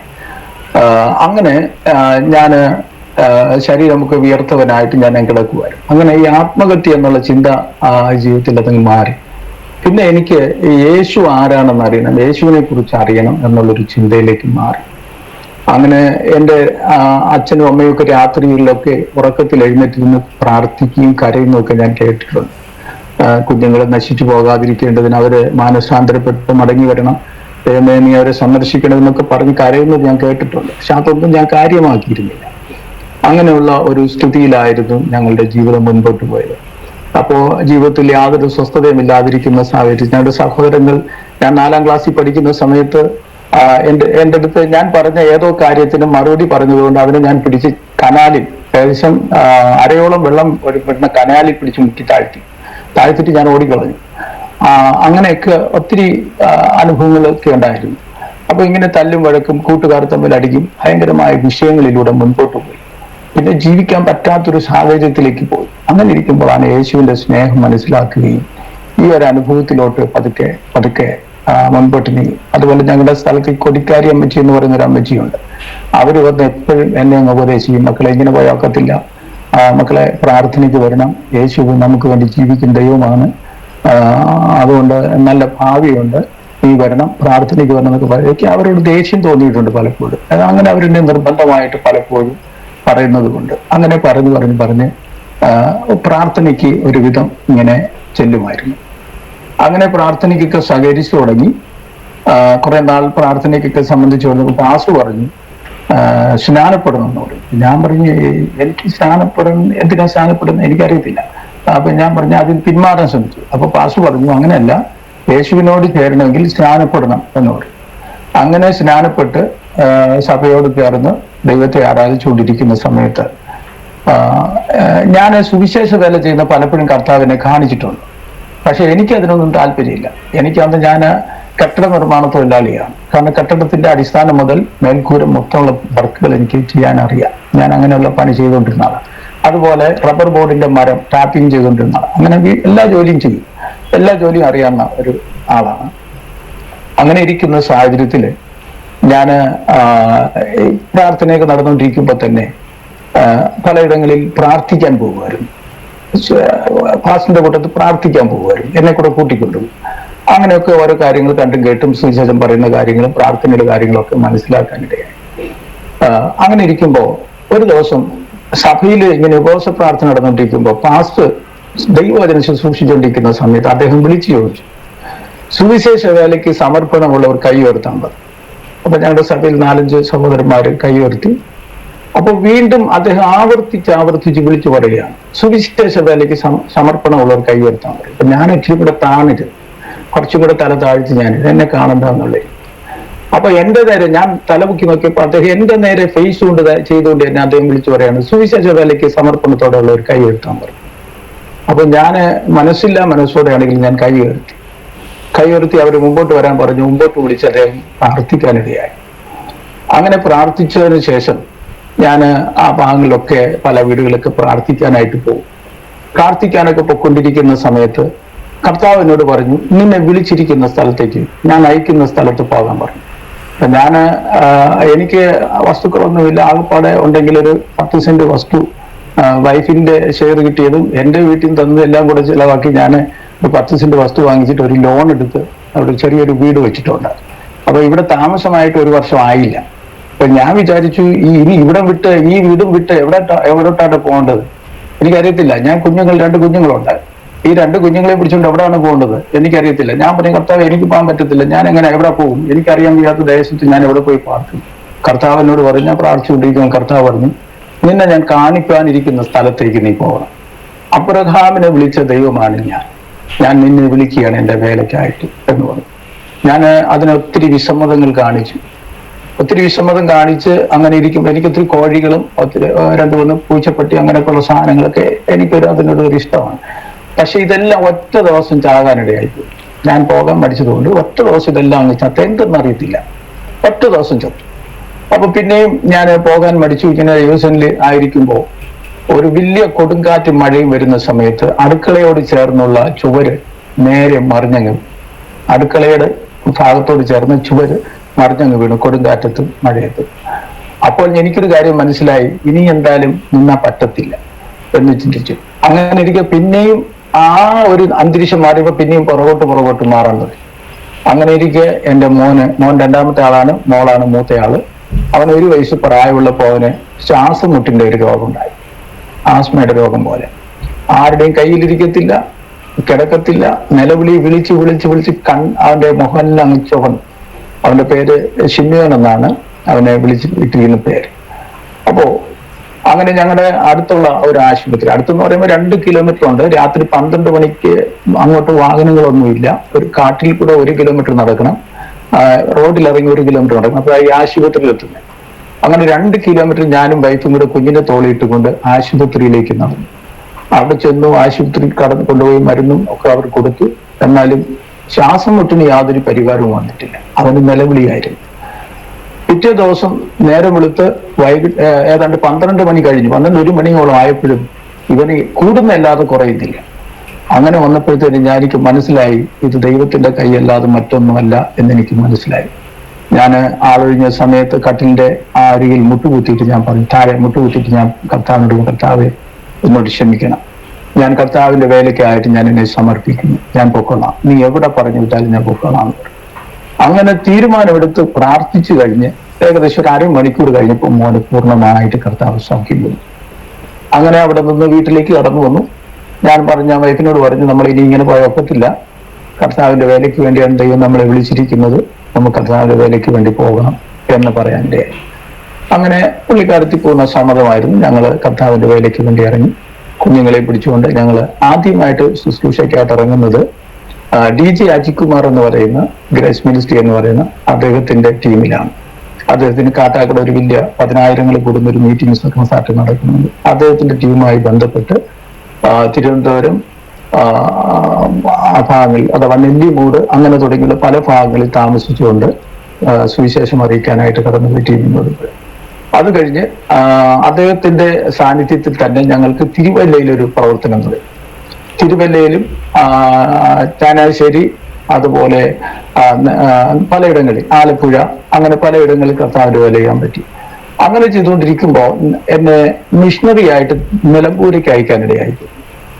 അവിടെ ഞാൻ കൂറ്റമ്പാറ, ഇടക്കര, പോത്തുകല്ല് ആ ഭാഗങ്ങളിലൊക്കെ ഇങ്ങനെ പ്രവർത്തിച്ചുകൊണ്ടിരിക്കുമ്പോൾ അവിടെ വെച്ച് പ്രവർത്തനം കഴിഞ്ഞ് എല്ലാ ദിവസവും വൈകിട്ട് 6 മണിക്ക് ഞങ്ങൾ ടീം അംഗങ്ങൾ ഒരുമിച്ച് കൂടി പ്രാർത്ഥിക്കാറുണ്ട്. ബിൽഡിങ്ങിന്റെ മുകളിൽ കയറി അവരവിടെ ഷീറ്റ് മടക്കിയിട്ട് അവിടെ ഇരുന്ന് പ്രാർത്ഥിക്കാറുണ്ട്. ഞാൻ പ്രാർത്ഥിച്ചുകൊണ്ടിരുന്നപ്പോൾ എന്റെ വലതുഭാഗത്തൊരു ശബ്ദം, നിന്നെ വിളിച്ചിരിക്കുന്ന വേലയ്ക്കായിട്ട് പോകുക, ഒഴുകുന്ന വെള്ളത്തോട് ഒഴുകാനല്ല നിന്നെ വിളിച്ചിരിക്കുന്നതെന്ന് ഇങ്ങനെ ഒരു ശബ്ദം. ഞാൻ തിരിഞ്ഞു നോക്കി, എന്റെ അപ്പുറത്തിരിക്കുന്ന സഹോദരന്മാരെന്നൊക്കെ അവരാരും ശ്രദ്ധിക്കുന്നില്ല, അവർ പ്രാർത്ഥിച്ചുകൊണ്ടിരിക്കുക. ഞാൻ വീണ്ടും പ്രാർത്ഥിച്ചുകൊണ്ടിരുന്നു. അപ്പൊ എന്റെ മനസ്സിലൊരു ചിന്ത, ആരായിരിക്കും ഈ പറഞ്ഞത്? ഞാൻ വീണ്ടും പ്രാർത്ഥന ആരംഭിച്ചു. പ്രാർത്ഥിച്ചുകൊണ്ടിരിക്കും, വീണ്ടും ഈ ശബ്ദം വീണ്ടും കേട്ടു. അപ്പൊ എനിക്ക് മനസ്സിലായത് ദൈവത്തിന്റെ ശബ്ദം. അപ്പൊ എന്റെ മനസ്സിലൊരു ചിന്ത, ഞാൻ കർത്താവിന്റെ വേലയല്ലേ ചെയ്യുന്നത്, ഇനി എന്ത് ശുശ്രൂഷയാണ് കർത്താവ് എന്നെ കുറിച്ച് ആഗ്രഹിക്കുന്നത് എനിക്കറിയത്തില്ല. കർത്താവ് എന്ത് ശുശ്രൂഷയാണെങ്കിലും അത് വെളിപ്പെടുത്തണമെന്ന് തന്നെ ദൈവസന്നിധി പ്രാർത്ഥിക്കാനിടയായി. അന്ന് എന്റെ ശുശ്രൂഷയുടെ മൊത്തം കാര്യങ്ങൾ കർത്താവ് എനിക്ക് വെളിപ്പാട് കാണിച്ചു. സുവിശേഷകനായിട്ട്, ഇടയ ശുശ്രൂഷയ്ക്കായിട്ട്, അപ്പോസ്തലിക ശുശ്രൂഷയ്ക്കായിട്ട്, അങ്ങനെ 3 തലങ്ങളിലാണ് എന്നെ കർത്താവിന്റെ വേലയ്ക്കായിട്ട് വിളിച്ചിരിക്കുന്നത്. അങ്ങനെ വിളിച്ചിരിക്കുന്ന വേലയ്ക്കായിട്ട് പോകാൻ പറഞ്ഞു. ഞാൻ അങ്ങനെ ഒരു അരമനസ്സോടെ ഇങ്ങനെ പ്രാർത്ഥിച്ചുകൊണ്ടിരിക്കുമ്പോൾ പിറ്റേ ദിവസം ഞായറാഴ്ച അടുത്തുള്ള ഒരു ചർച്ചിൽ, 1 കിലോമീറ്റർ മാറി ഒരു ചർച്ചിൽ ഞങ്ങൾ ആരാധനയ്ക്ക് പോയി. അവിടെ ആരാധനയ്ക്ക് വന്നപ്പോഴത്തേന് അവിടെ ഗസ്റ്റായിട്ട് വന്ന പാസ്റ്റർ അദ്ദേഹത്തിന് ശുശ്രൂഷയ്ക്ക് സമയം കൊടുത്ത സമയം അദ്ദേഹം എഴുന്നേറ്റ് ഉടനെ അത് തലയ്ക്ക് വെച്ചിട്ട് പറഞ്ഞു, ഇതേ കാര്യം തന്നെ അദ്ദേഹം പറഞ്ഞു, വിളിച്ചിരിക്കുന്ന വേലയ്ക്കായിട്ട് പോകാൻ പറഞ്ഞു. അങ്ങനെ ഞാൻ ആ സംഘടന വിട്ട്, അതായത് IGM എന്ന് പറയുന്ന ഒരു സംഘടനയിലാണ് ഞാൻ പ്രവർത്തിച്ചിരുന്നത്. അതിന്റെ ഹെഡ് ഓഫീസ് കുവൈറ്റിലാണ്, സാഹിത്യന്റെ ആശുപത്രിയുടെ ഫ്രണ്ടിൽ തിരുവല്ലയിൽ അതിനൊരു ഓഫീസുണ്ട്. അങ്ങനെ ഞാൻ ആ സംഘടന വിട്ട് പോരാനായിട്ട് പ്ലാൻ ചെയ്തു. ആ ടീം ലീഡർ എന്നെ ഒത്തിരി നിർബന്ധിക്കാനിടയായി, 3-4 മണിക്കൂർ എന്നെ ഉപദേശിക്കാനിടയായി. അപ്പൊ എന്നെ അതിൽ വഴങ്ങത്തില്ലെന്ന് മനസ്സിലായപ്പോൾ അദ്ദേഹം പറഞ്ഞു, ഈ മനുഷ്യന് പ്രാന്ത, ആവശ്യമുള്ള കാര്യങ്ങളൊക്കെ ഇവിടെ അദ്ദേഹത്തിന് ലഭിക്കുന്നുണ്ട്, പിന്നെ എന്തിനാ ഈ മനുഷ്യൻ പോകുന്നതെന്ന് അറിയില്ല. ഞാൻ പറഞ്ഞില്ല, എനിക്ക് പോയേ പറ്റുള്ളൂ എന്ന് പറഞ്ഞ് ഞാൻ അവിടെ നിന്ന് വൈകിട്ട് യാത്ര തിരിച്ചു. ഞാൻ നേരെ തിരുവനന്തപുരത്ത് വീട്ടിലേക്ക് വന്നു. വീട്ടിൽ വന്ന് 3 ദിവസം ദൈവസന്നിധിയിൽ ഉപവസിച്ച് പ്രാർത്ഥിക്കാനിടയായി. കർത്താവേ, ഞാൻ എവിടെയാണ് ഇനി വേലയ്ക്ക് വന്നത് എന്ന് പറഞ്ഞ് ഞാൻ പ്രാർത്ഥിക്കാനിടയായി. 2ാമത്തെ ദിവസം ഞാൻ പ്രാർത്ഥിച്ചുകൊണ്ടിരിക്കുന്നത് എന്റെ ഹൃദയത്തിൽ ശക്തമായൊരു സമ്മർദ്ദം എന്ന് പറയുമ്പോൾ, ഞാൻ ആലപ്പുഴ താമസിക്കുമ്പോൾ, കരുവാറ്റ താമസിക്കുമ്പോൾ ജേക്കബ് ജോൺസൺ എന്ന് പറയുന്ന ECA ചർച്ചിന്റെ ഡിസ്ട്രിക്ട് ചെയർമാനായിരിക്കുന്ന അച്ഛന്റെ വീട്ടിലാണ് താമസിച്ചിരുന്നത്. അദ്ദേഹം നെടുവാംവിളയില്, അതായത് പാറശാല നെടുവാംവിളയിൽ അദ്ദേഹം ECA ചർച്ചിന്റെ അച്ഛനായിട്ടിരിക്കുക. അദ്ദേഹത്തിന് പോയി കാണണം എന്നുള്ള ഒരു ചിന്ത എന്റെ മനസ്സിലേക്ക് വന്നു. ഞാൻ ഉടനെ തന്നെ എഴുന്നേറ്റു, ഞാൻ അവിടേക്ക് പോയി, അദ്ദേഹത്തിനെ കണ്ടു. ഞാൻ ചെന്നപ്പോൾ അദ്ദേഹം ചോദിച്ചു, എന്താ പിള്ളേ? ഞാൻ പറഞ്ഞു, അച്ഛൻ ഞാൻ സംഘടനയിൽ നിന്ന് ഞാനിനി പോകുന്നു. എന്ത് പറ്റി? അദ്ദേഹം ചോദിച്ചു. ഞാൻ പറഞ്ഞു, എനിക്ക് ദൈവാത്മാവ് എന്നോട് ഇങ്ങനെ പറഞ്ഞു, അതുകൊണ്ട് എനിക്കിനി തുടർന്ന് പോകാൻ പറ്റത്തില്ല, എവിടെയെങ്കിലും കർത്താവിന്റെ വേല ചെയ്യണം എന്ന് പറഞ്ഞു. അപ്പൊ അദ്ദേഹം കുറച്ചു നേരം ആലോചിച്ചിട്ട് പറഞ്ഞു, അദ്ദേഹത്തിന്റെ വൈഫിന്റെ വീട് പൂയപ്പള്ളിയിലുണ്ട്, അവിടെ ഒരു അമ്മയുണ്ട്, വൈഫിന്റെ അമ്മയുണ്ട്, ഒരു അമ്മയെ പോലെ നോക്കണം, അവിടെ താമസിച്ചോളാൻ പറഞ്ഞു. അങ്ങനെ ഞാൻ ദൈവത്തോട് ചോദിച്ചപ്പോൾ അതൊരു നിയോഗമായിരുന്നു, ഞാൻ പൂയപ്പള്ളിയിലേക്ക് വരാനിടയായി. അങ്ങനെയാണ് ഈ കൊല്ലം ജില്ലയിൽ ഞാൻ സുവിശേഷ വേലയുമായിട്ടുള്ള ബന്ധത്തിൽ വരാനിടയായത്. ഞാൻ അന്ന് മുതൽ എൻ്റെ ഒരു ശുശ്രൂഷ, പ്രധാനമായിട്ടുള്ള ഒരു ശുശ്രൂഷ എന്ന് പറയുന്നത് പരസ്യയോഗമാണ്. പരസ്യയോഗങ്ങളിൽ ഇങ്ങനെ സൈക്കിളിൽ, അതുപോലെ ബൈക്ക് കിട്ടിയതിനു ശേഷം ബൈക്കിൽ ബോക്സൊക്കെ വെച്ച് കെട്ടി, ഇങ്ങനെ ഹോണൊക്കെ വെച്ച് കെട്ടി പരസ്യങ്ങൾ നടത്തുന്ന ഒരു രീതിയാണ് എനിക്ക് പണ്ട് മുതലേ ഉള്ള ഒരു ശുശ്രൂഷ എന്ന് പറയുന്നത്. അങ്ങനെ ചെയ്യുമായിരുന്നു. അപ്പൊ ഞാൻ പൂയപ്പള്ളിയിൽ വന്നു, താമസം ആരംഭിച്ചു. പക്ഷെ ആരും നമ്മളെ സഹായിക്കാനില്ല. വളരെ പ്രതികൂലമായ സാഹചര്യത്തിലൂടെ മുൻപോട്ട് വീണ്ടും നീങ്ങി. കർത്താവ് ഒരുപാട് വിശ്വാസത്തിന്റെ അനുഭവങ്ങൾ എന്നെ പഠിപ്പിക്കാനിടയായി. അതുവരെ സംഘടനയെ ആശ്രയിച്ചാണ് മുൻപോട്ട് പോയിരുന്നത്. എന്നാൽ ഇവിടെ സഹായിക്കാൻ ആരുമില്ല. നമ്മളൊരു വീട്ടിൽ പ്രാർത്ഥിക്കാൻ ചെന്നാൽ, അന്നത്തെ സാഹചര്യത്തിൽ ഒരു വീട്ടിൽ പ്രാർത്ഥിക്കാൻ ചെന്നാൽ സിറ്റ് ഔട്ടിനപ്പുറത്ത് അവർ നമ്മളെ കയറ്റത്തില്ല. സിറ്റ് ഔട്ടിൽ നിന്നുകൊണ്ട് നമ്മൾ പ്രാർത്ഥിക്കുമ്പോഴും അവർ നമ്മളെ തന്നെ നോക്കി നിൽക്കും. നമ്മൾ പ്രാർത്ഥന കഴിഞ്ഞ് അവിടെ നിന്ന് ഇറങ്ങിപ്പോകുമ്പോൾ അവിടെ കണ്ണു മറയുന്നവർ അവർ നോക്കി നിൽക്കുന്ന ഒരു അനുഭവമായിരുന്നു. അങ്ങനെ ഒരുപാട് പ്രാവശ്യം തോട്ടിൽ നിന്ന് വെള്ളം കോരി കുടിച്ചു. അങ്ങനെ മാവിൽ നിന്ന് വീഴുന്ന മാങ്ങ പറക്കി തിന്നു. ഞങ്ങൾ താമസിക്കുന്ന വീട്ടിലാണെങ്കിൽ 3 മൂട് പ്ലാവുണ്ട് ആ വീട്ടിന് പുറകില്. അപ്പൊ അച്ഛൻ പറഞ്ഞിട്ടുണ്ട്, പിള്ളേ ഇതിലെ ചക്ക മുഴുവനും നിങ്ങൾക്ക് തിന്നാം എന്ന് അനുവാദം തന്നിട്ടുണ്ട്.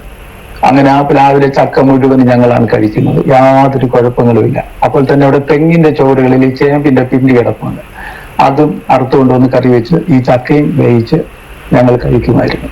അങ്ങനെ കുഞ്ഞുങ്ങൾ സ്കൂളിൽ ചേർത്ത് സ്കൂളിൽ പോയിട്ട് വരുമ്പോഴത്തേനും അവർ വീട്ടിൽ വന്നിട്ട് കരയുമായിരുന്നു. അവിടെ കടയിൽ അത് അങ്ങനെ നിൽക്കുന്നു, അവിടെ കൊല നിൽക്കുന്നു, പഴുത്ത് അത് ഞാൻ പറയും, മക്കളെ ദൈവം അതൊക്കെ തരും. എന്തായാലും കർത്താവ് എവിടെന്നെങ്കിലും അത് ആ സാഹചര്യത്തിൽ കുഞ്ഞുങ്ങൾ കൊടുക്കുമായിരുന്നു. അങ്ങനെ എൻ്റെ അടുത്ത് ഞാൻ ഇവിടെ വന്ന് പ്രവർത്തനം തുടങ്ങുമ്പോൾ ഞാൻ ഉപവസിക്കാൻ്റെ 3 ദിവസം ദൈവസേനയിൽ ഉപവസിക്കുമ്പോൾ രണ്ടാമത്തെ ദിവസം ഒരു പിശാച്, ഒരു സ്ത്രീ വന്നിട്ട് എന്നോട് വെല്ലുവിളിക്കാനിടയായി. നിന്നെ ഞാൻ നശിപ്പിക്കും എന്ന് പറഞ്ഞ് ചില കാര്യങ്ങൾ പിശാച് പറഞ്ഞു. ഞാൻ പറഞ്ഞു, പിശാച് നീ എന്നെ ഒന്നും ചെയ്യത്തില്ല, കാരണം എന്റെ കഴിവുകൊണ്ടല്ല, എന്റെ യേശു ജീവിക്കുന്നു, എന്റെ യേശു ജീവിക്കുന്നത് കൊണ്ട് നിനക്കൊന്നും ചെയ്യാൻ പറ്റത്തില്ല എന്ന് പറയും. അങ്ങനെ അത് മുതൽ പിന്നെ പിശാചുമായിട്ടുള്ള മൽപ്പിടുത്തമായിരുന്നു ജീവിതത്തിന്റെ ഈ നിമിഷം വരെ, പല വിഷയങ്ങളിൽ, പല കാര്യങ്ങളിൽ. അങ്ങനെ ഇരിക്കെ വലിയ ബുദ്ധിമുട്ടുകൾ ഉണ്ടായി. കൊച്ചുങ്ങൾക്ക് പഠിക്കണം, അവർക്ക് ആഹാരം വേണം, അവർക്ക് വസ്ത്രം വേണം, ഒരു മാർഗവുമില്ല. അങ്ങനെ എനിക്ക് ടാപ്പിംഗ് അറിയാമെന്നുണ്ടായിരുന്നുകൊണ്ട് ഒരു വർഷം ഞാൻ ടാപ്പിംഗ് ചെയ്യാൻ പോയി. രാവിലെ 4 മണിക്ക് ഞാൻ ടാപ്പിംഗ് ചെയ്യാൻ പോകും. എനിക്ക് ഒരു സൈക്കിള് ചെറുവക്കൽ ന്യൂ ലൈഫിന്റെ ദാനമായിട്ട് സംഭാവനയായിട്ട് ഒരു സൈക്കിൾ അവർ വാങ്ങി തന്നിട്ടുണ്ടായിരുന്നു. സൈക്കിൾ വിതരണം ചെയ്യുന്ന കൂട്ടത്തിൽ എനിക്ക് തന്നു. ആ സൈക്കിളിൽ ഞാൻ ടാപ്പിംഗ് ചെയ്യാൻ പോകുമായിരുന്നു. അങ്ങനെ ടാപ്പിംഗ് ചെയ്തിട്ട് ഒരു 10 മണിയാകുമ്പോഴത്തേനെല്ലാം കഴിഞ്ഞ് ഞാൻ കുളിച്ചിയായി വന്ന് പിന്നെ സുവിശേഷ വേലയ്ക്ക് പോകും. അങ്ങനെ കർത്താവിന്റെ വേലയ്ക്ക് പലയിടങ്ങളിലേക്ക് പോകാനിടയായിരുന്നു. അങ്ങനെ പോയിക്കൊണ്ടിരിക്കുന്ന സമയത്ത് ഒത്തിരിയും പ്രതികൂലങ്ങൾ കടന്നു. അത് കഴിഞ്ഞ് എന്നെ മണി ജോസഫ് എന്ന് പറയുന്ന ഒരു സഹോദരി, ഒരു സുവിശേഷ പ്രവർത്തകയായ സഹോദരി എന്ന് പറഞ്ഞു, പാസ്റ്റർ വിളിച്ചിരിക്കുന്നത് ഇങ്ങനെ റബ്ബർ വെട്ടിക്കൊണ്ട് നടന്ന സുവിശേഷ വേല ചെയ്യാനല്ല, മുഴുവൻ സമയം, ഫുൾ സമയം കർത്താവിന്റെ വേല ചെയ്യാൻ വേണ്ടി, കർത്താവ് പറയുന്ന കാര്യങ്ങൾ ചെയ്യാൻ വേണ്ടിയാണ് വിളിച്ചിരിക്കുന്നത്, അതുകൊണ്ട് റബ്ബർ വെട്ടൊക്കെ അങ്ങ് വിട് എന്ന് പറഞ്ഞ് അവരെന്നെ ഒരുപാട് ഉപദേശിക്കുമായിരുന്നു. ഒടുവിൽ ഞാൻ തീരുമാനമെടുത്തു, വിളിച്ച ദൈവം വിശ്വസ്തനാണ്. അപ്പൊ പലരും എന്നോട് ചോദിച്ചു, ഉടേശി നിങ്ങൾ ആരുടെ കൂടെ പ്രവർത്തിക്കുന്നത്, നിങ്ങളുടെ സംഘടന ഏതാന്നൊക്കെ പലരും ചോദിച്ചു. നിങ്ങൾക്ക് എവിടെ സപ്പോർട്ട് തരുന്നത്? ഞാൻ പറയും, എനിക്കൊരിടത്തും സപ്പോർട്ട് ആരും പറഞ്ഞിട്ടില്ല, ഞാൻ കർത്താവ് പറഞ്ഞനുസരിച്ച് ഞാൻ കർത്താവിന്റെ വേല ചെയ്യും എന്ന് പറയാനിടയായി. അപ്പൊ പലരും ചോദിച്ചു, ദൈവം എന്തോ നൂലെ കെട്ടി ഇറക്കി തരുമോ എന്നൊക്കെ ചോദിച്ചിട്ടുണ്ട്. അങ്ങനെ പല നിലയിൽ ഒത്തിരി ആൾക്കാരുടെ പ്രതികൂലങ്ങൾ എനിക്ക് ഒത്തിരി അനുഭവപ്പെടാനിടയായി. സംഘടനക്കാര്, സഭാ നേതാക്കന്മാരുടെയൊക്കെ നമ്മൾ ഒറ്റയ്ക്ക് നിൽക്കുന്നുണ്ടപ്പോൾ അവർക്ക് അത് ഇഷ്ടപ്പെടാത്തൊരു സാഹചര്യത്തിൽ വന്നോടെ ചോദിക്കും, നിങ്ങൾ ആരാണ്, നിങ്ങൾ IPCയിലാണ്, നിങ്ങൾ ഷാഡോയിലാണ്, നിങ്ങൾ എവിടെയാണ് പ്രവർത്തിക്കുന്നതൊക്കെ അവർ ചോദിക്കും. അതൊക്കെ അങ്ങനെയുള്ളൊരു സാഹചര്യത്തിലേക്ക് അങ്ങനെ പലരും കൈ തരാത്ത സാഹചര്യങ്ങളുണ്ടായിരുന്നു. നമ്മളെ കണ്ടാൽ ആരും കൈ തരത്തില്ല, അങ്ങനെയൊക്കെ മുമ്പോട്ട് പോകാനിടയായി. അങ്ങനെ ഈ സാഹചര്യത്തിൽ വളരെ പ്രയാസത്തോടെ വാഹനത്തിൽ കളപ്പിൽ എന്ന് പറയുന്ന സ്ഥലത്ത് 7 കിലോമീറ്റർ ദൂരെ ഞങ്ങളൊരു പ്രവർത്തനം, കോളനി ഏരിയ, അവിടെ പ്രവർത്തിക്കാനായിട്ട് പോകുമ്പോഴത്തേന് വണ്ടിക്കൂലിക്ക് പൈസ ഇല്ല. അപ്പൊ ഞങ്ങള് കയ്യിലുള്ള പൈസയ്ക്ക് അനുസരിച്ച് വണ്ടി കയറിയിട്ട് പിന്നെ അവിടെ ഇറങ്ങിയിട്ട് വയൽ വഴിക്ക് തോട് വഴി ഇങ്ങനെ മലകൾ കയറി ഇറങ്ങി നടന്ന് കുഞ്ഞുങ്ങൾ ഞങ്ങളുമായിട്ട് ആ ഏരിയയിൽ പോകുമായിരുന്നു. അങ്ങനെയൊക്കെ പ്രവർത്തനങ്ങൾ തുടങ്ങി. എന്തുവായാലും ഈ പ്രവർത്തനങ്ങളുടെ നടുവിൽ 16 വീടുകളിൽ ഞാൻ വാടകയ്ക്ക് താമസിക്കാനിടയായി. കർത്താവിനോട് പറഞ്ഞു, നീ പണിയാത്ത വീട്ടിൽ താമസിക്കും, നീ വിതയ്ക്കാത്ത നീ കൊയ്യും, നീ കുഴിക്കാത്ത വീട്ടിൽ കുടിക്കുമെന്ന് പറഞ്ഞു. ഞാൻ ഇവിടെ വന്നിട്ട് ഇപ്പം 29 വർഷമായി. അപ്പൊ ഈ 29 വർഷം കൊണ്ട് 16 വീടുകളിൽ താമസിക്കാനിടയായി. ഈ പുയപ്പള്ളിയെ സംബന്ധിച്ച് 10,000 രൂപ ഡിപ്പോസിറ്റ് കൊടുത്താൽ പോലും ഒരു വീട് വാടകയ്ക്ക് കിട്ടത്തില്ല, അങ്ങനെ ഒരു സ്ഥലമാണ്. ഒടുവിൽ താമസിച്ച ഒരു വീടെന്ന് പറഞ്ഞത് 15ാമത് താമസിച്ച വീടെന്ന് പറയുന്നത് കളക്ടറുടെ വീടാണ്. കളക്ടറുടെ വീട്ടിൽ 3 കുടുംബങ്ങൾക്ക് സുഖമായിട്ട് താമസിക്കാം. അത്രയും വലിയൊരു വീടാണ് എനിക്ക് കിട്ടിയത്. പക്ഷെ 1 രൂപ പോലും ഈ 16 വീടുകളിലും ആരും വാടക വാങ്ങിച്ചിട്ടില്ല. അവരെ കൊണ്ട് കഴിയുന്ന രീതിയിൽ എന്ന് പറഞ്ഞ തെങ്ങ് തോട്ടമുണ്ട്, അതിൽ നിന്ന് വീഴുന്ന തേങ്ങയൊക്കെ നമുക്ക് എടുക്കാം, എല്ലാം കറണ്ട് ചാർജ് മാത്രമല്ല ബാക്കി എല്ലാ സൗകര്യങ്ങളും ദൈവം അത് നടത്താനിടയായി തീർന്നു. ഒടുവിൽ അവിടെ താമസിക്കുന്നത് ഞങ്ങളോട് പറഞ്ഞിരിക്കുന്ന അപ്പച്ചൻ പറഞ്ഞത്, ഉദ്ദേശിക്ക് എത്ര കാലം വേണമെങ്കിലും ഇവിടെ താമസിക്കാന്നാ പറഞ്ഞിരിക്കുന്നത്. അങ്ങനെ പറഞ്ഞ് 7 വർഷം കഴിഞ്ഞപ്പോൾ ഒരു ദിവസം കർത്താവിനോട് പറഞ്ഞ് ഒരു മാറ്റിപ്പാർപ്പിക്കലുണ്ടെന്ന് പറയും. അപ്പൊ ഞാൻ വിചാരിച്ചു, കർത്താവ് ഇനി എവിടത്തോട്ടാ മാറിപ്പോകേണ്ടത് അറിയത്തില്ല. അപ്പൊ കർത്താവ് ഒരു വെളിപ്പാട് കാണിച്ചു. ചെറിയ ഒരു ഓടിട്ട ഒരു കളിയിൽ പോലുള്ള മരക്കാലുകളൊക്കെ ഉള്ള വാഴത്തോട്ടമൊക്കെ ഉള്ള അതിനിടയ്ക്ക് ഇരിക്കുന്നതാണ്. അതെവിടാന്ന് ഇങ്ങനെ അന്വേഷിച്ച് നടന്ന് ഒരു 6 മാസം കഴിഞ്ഞപ്പോഴത്തേന് ആ വീട് കണ്ടുപിടിച്ചു. അപ്പൊ ഞങ്ങളിങ്ങനെ വിസിറ്റിംഗ് ചെയ്യുന്നപ്പോൾ ഒരു വീട്ടിൽ ചെന്നു. അവരോട് കാര്യങ്ങളൊക്കെ പറഞ്ഞുകൊണ്ടിരുന്നപ്പോഴത്തേന് അവർ പറഞ്ഞു, അപ്പച്ചൻ മരിച്ചുപോയി, മകൻ സുഖമില്ലാത്ത ഒരാളാണ്, ഞാൻ മാത്രമേ ഇവിടെ ഉള്ളൂ, മക്കളൊന്നും ഇവിടെ ഇല്ല. അപ്പം ഒരു ദൈവദാസന്മാരാരെങ്കിലും, വിശ്വാസികൾ ആരെങ്കിലും വരികയാണെങ്കിൽ ഈ കളിയിൽ താമസിക്കാൻ വേണ്ടിയുള്ള സൗകര്യം ചെയ്തു കൊടുക്കാം എന്ന് പറഞ്ഞു. അപ്പൊ ഞാൻ പറഞ്ഞു, ഇവിടെ കളിയിൽ കാട്ടെന്ന് പറയും. കളിയിൽ നോക്കിയപ്പോ ദൈവം എന്നെ കാണിച്ച കളിയിലാണ്. ഞാൻ പറഞ്ഞു, അമ്മേ ഞാൻ താമസിക്കുന്നിടത്ത് നിന്ന് എനിക്ക് മാറേണ്ട ഒരു ദിവസമായിരിക്കുകയാണ്. അപ്പൊ ഞങ്ങൾ താമസിക്കുന്നതുകൊണ്ട് എന്തെങ്കിലും വിരോധം ഉണ്ടോ? അയ്യോ, നിങ്ങളാണെങ്കിൽ എനിക്ക് 100% സമ്മതമാണ്, നിങ്ങൾ നാളെ തന്നെ എനിക്ക് പോരുന്നു അവരെ പറയാനിടയായിരുന്നു. അങ്ങനെ ഞങ്ങൾ എന്തായാലും അവിടെ താമസം ആരംഭിച്ചു. അവിടെ താമസിച്ച് കർത്താവിന്റെ വേല എൻ്റെ തീർന്നു, പരസ്യവും നടത്തിക്കൊണ്ടിരിക്കുന്നു. അതുപോലെ വീട്ടുമുറ്റത്ത് കൺവെൻഷൻ നടത്തുന്നു. ഇങ്ങനെയുള്ള കാര്യങ്ങൾ ചെയ്തുകൊണ്ടിരിക്കുകയാണ്. ഞങ്ങൾക്ക് ഇപ്പം ഒരു ചെറിയ കൂടി വരവുണ്ട്. അപ്പൊ ഈ പ്രവർത്തനങ്ങൾ ചെയ്തുകൊണ്ടിരിക്കുന്ന സമയത്ത് തന്നെ കർത്താവ് എൻ്റെ അടുത്ത് പറഞ്ഞു, ഞാൻ എന്റെ ആടുകളെ നിന്റെ കയ്യിൽ ഏൽപ്പിക്കുകയാണെന്ന് പറഞ്ഞു. അപ്പൊ ഞാൻ പറഞ്ഞു, കർത്താവ് എന്നെ കൊണ്ട് പറ്റത്തില്ല, എനിക്ക് അങ്ങനെയുള്ള കാര്യങ്ങൾ എനിക്ക് പറ്റത്തില്ല. ഞാൻ പരസ്യങ്ങൾ നടത്താം, വീട്ടുമുറ്റത്ത് കൺവെൻഷൻ നടത്തുന്നുണ്ട്, സുവിശേഷം പറയുന്നു, വീട് കയറി സുവിശേഷം പറയുന്നുണ്ട്, ആശുപത്രി സന്ദർശനം, ലഘുലേഖ വിതരണം, ഇങ്ങനെയുള്ള കാര്യങ്ങളൊക്കെ ഞാൻ ചെയ്തോളാം, എനിക്ക് ഈ ആടുകൾ നോക്കുന്നവർ എനിക്ക് ഒക്കത്തില്ല എന്ന് പറഞ്ഞു. അപ്പൊ ദൈവം പറഞ്ഞു, ഞാൻ ഇനി അതിനുവേണ്ടി കണ്ടിരിക്കുകയാണെന്ന് പറഞ്ഞു. അങ്ങനെ കണ്ടിരിക്കുന്നു എന്ന് പറഞ്ഞതിന് ശേഷം കുറച്ച് നാളുകൾ കഴിഞ്ഞപ്പോഴത്തേന് ഞങ്ങളുടെ പ്രവർത്തനത്തിൽ അതിന് പലരും തീരുമാനം എടുക്കുകയും അടുത്തുള്ള ചർച്ചകളിലേക്ക് അവരെ പറഞ്ഞു വിടുകയൊക്കെ ചെയ്യുന്നതാണ് രീതിയായിരുന്നു. അപ്പൊ ഇങ്ങനെ ചെയ്തുകൊണ്ടിരിക്കുന്ന സമയത്ത് ആദ്യമായിട്ട് അവർ പിന്നെ എൻ്റെ അടുത്ത് പറഞ്ഞു, വിശ്വാസത്തിൽ വന്നവർ പറഞ്ഞു, പാസ്റ്റ് ഞങ്ങൾക്ക് സ്നാനം തന്നാൽ മതി.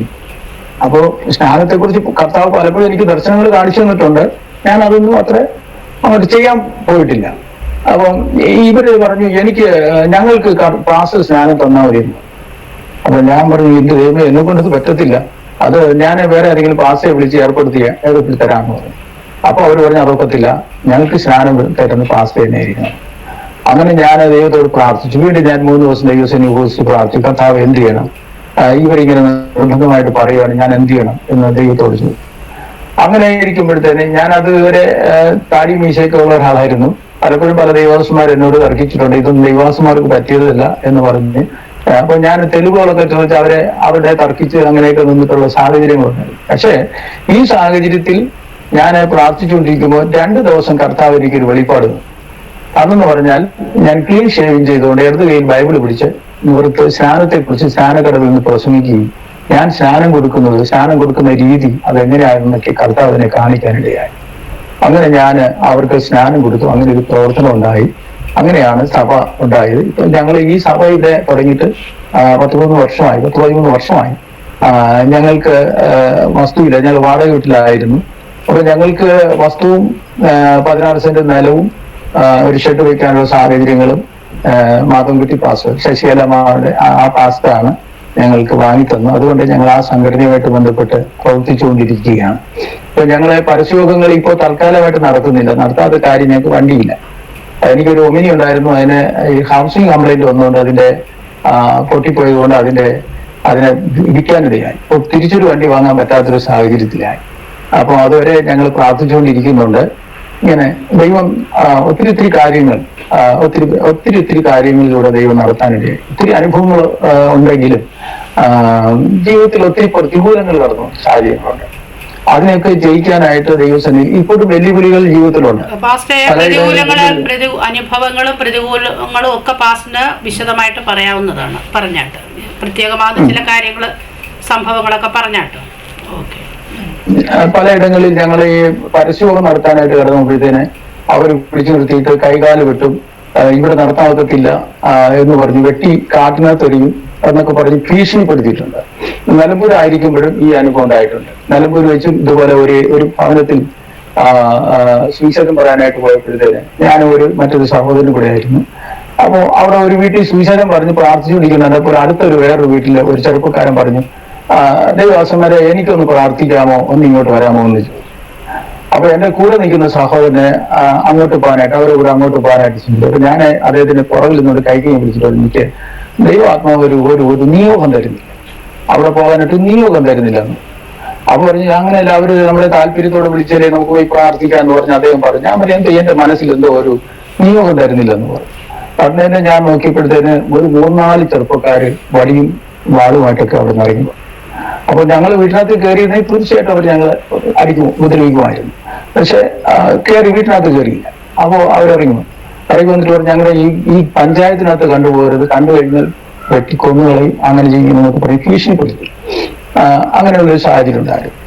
അതുപോലെ പലയിടങ്ങളിൽ ഞാൻ ഈ പ്രവർത്തിച്ചുകൊണ്ടിരുന്ന ഈ കഴിഞ്ഞ വർഷങ്ങളൊക്കെ പ്രവർത്തിച്ചുകൊണ്ടിരുന്ന അമ്പലംകുന്ന് എന്ന് പറയുന്ന കൊല്ലം ജില്ലയിൽ അമ്പലംകുന്ന് എന്ന് പറയുന്ന സ്ഥലത്ത് വാളികോട് ഭാഗത്ത് മൊത്തം ഹൈന്ദവ ഏരിയയാണ്.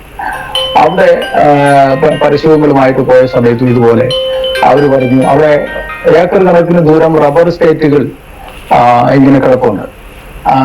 അത് റബ്ബർ വെട്ടാതെ കേസിൽ കിടക്കുന്ന വസ്തു, കാട് പിടിച്ചു കിടക്കുന്ന പരസ്യത്തിന് പോയപ്പോൾ അവർ പറഞ്ഞു, നിങ്ങൾ ഇവിടെ ഒരു വാക്ക് വേണ്ടി പോരും, ലഘില കൊടുക്കാൻ പാടില്ല, ഇവിടുന്ന് പെട്ടെന്ന് പോകണം, അല്ലെങ്കിൽ കൈകാല് വെട്ടിയെടുത്ത് ഞങ്ങളിപ്പോ ഈ കാട്ടിനെ തരും എന്നൊക്കെ പറഞ്ഞ് ഒത്തിരി ഭീഷണിപ്പെടുത്താനില്ല.